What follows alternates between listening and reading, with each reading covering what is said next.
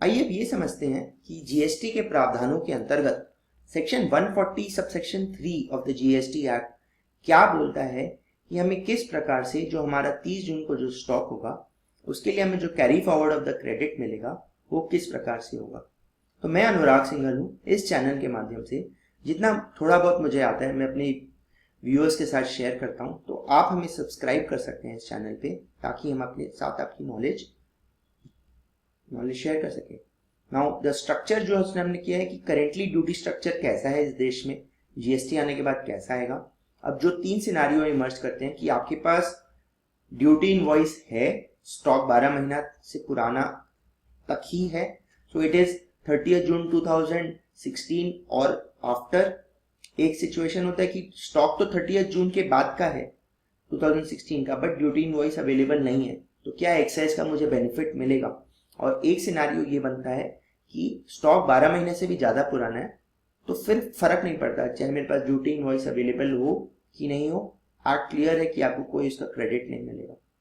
Now as far as the section 143 provisions are concerned, we will look at what this act specifically says. So pre GST scenario में क्या होता था कि हमारा जो ex factory price था 100 rupees का, तो उसके अंतर्गत हमें 12.5 एक्साइज ड्यूटी देनी पड़ती थी। फिर डीलर इस टोटल अमाउंट पे 12.5% के हिसाब से एक्साइज ड्यूटी वैट देता था और उस वैट का उसको क्रेडिट मिल जाता था।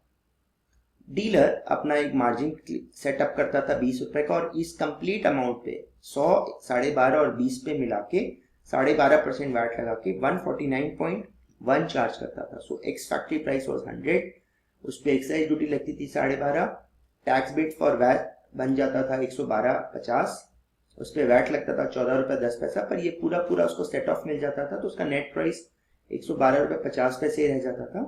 डीलर 20 रुपये मार्जिन रख के 132.50 पे करके उस पर वैट एंड यूजर को 12.5% लगा के बेच देता था।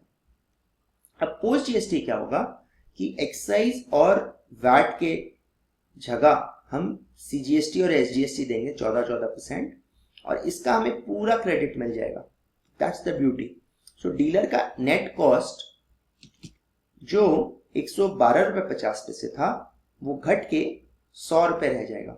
अब डीलर अगर 20 रुपये मार्जिन लगाता है तो ये 1680 जो सीजीएसटी एसजीएसटी है 14% का, वो इसलिए है कि कार्ड्स पे 28% का जीएसटी लगा जा रहा है and we are ignoring the NCCD part in the import of for the sake of simplicity. तो आपको लगेगा कि ये कंज्यूमर ज्यादा प्राइस दे रहा है जीएसटी में, चीजें महंगी होगी हाँ एक पॉइंट ऑफ टाइम तक, बट यहाँ पे जहां सप्लाई में चेन में एफिशिएंसी आएगी डीलर को कंपनीज एक्स फैक्ट्री प्राइस ही घटा के देंगी।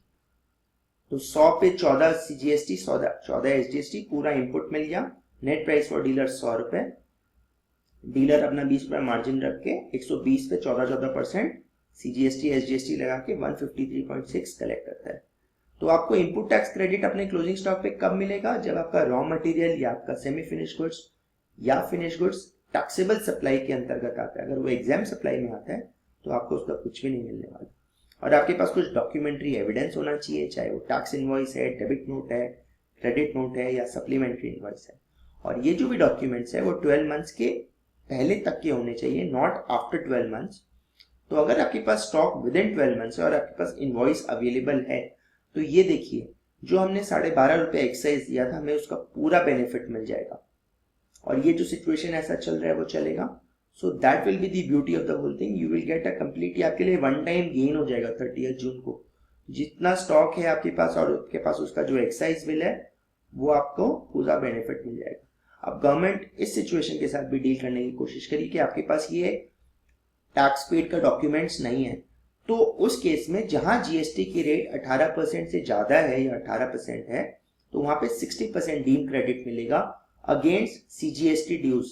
It does not have anything to do with your excise component. और अगर रेट कम है 18% से तो 40%।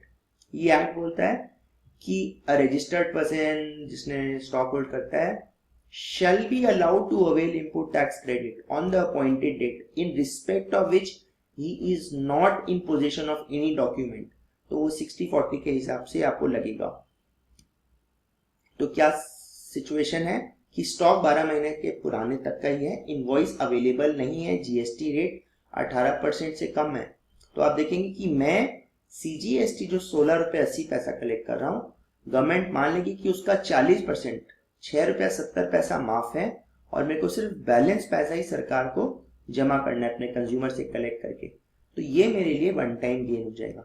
अगर जीएसटी रेट 18 या 18% से ज़्यादा है तो ये 6.8 की जगह मुझे उसका 60% दैट इज 10 रुपये 10 पैसे बेनिफिट मिलेगा और ओनली नेट अमाउंट मेरे को सरकार को जमा कराना है।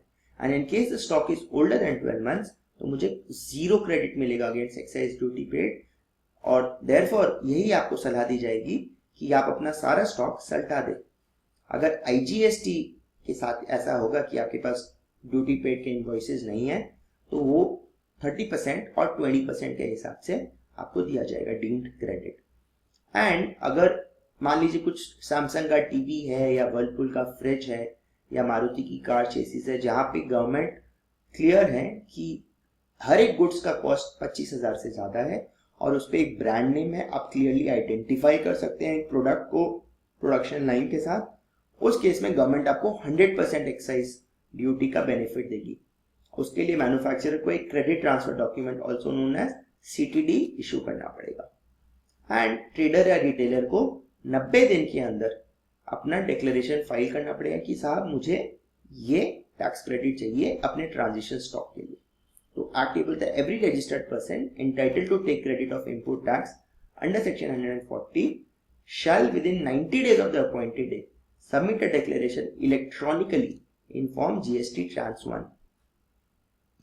दोस्तों अगर कुछ भी आपको इसके ऊपर डाउट्स हो, कुछ भी शंका हो, प्लीज उसे कमेंट सेक्शन पे लिखें और मैं कोशिश करूंगा कि मैं उसको सॉल्व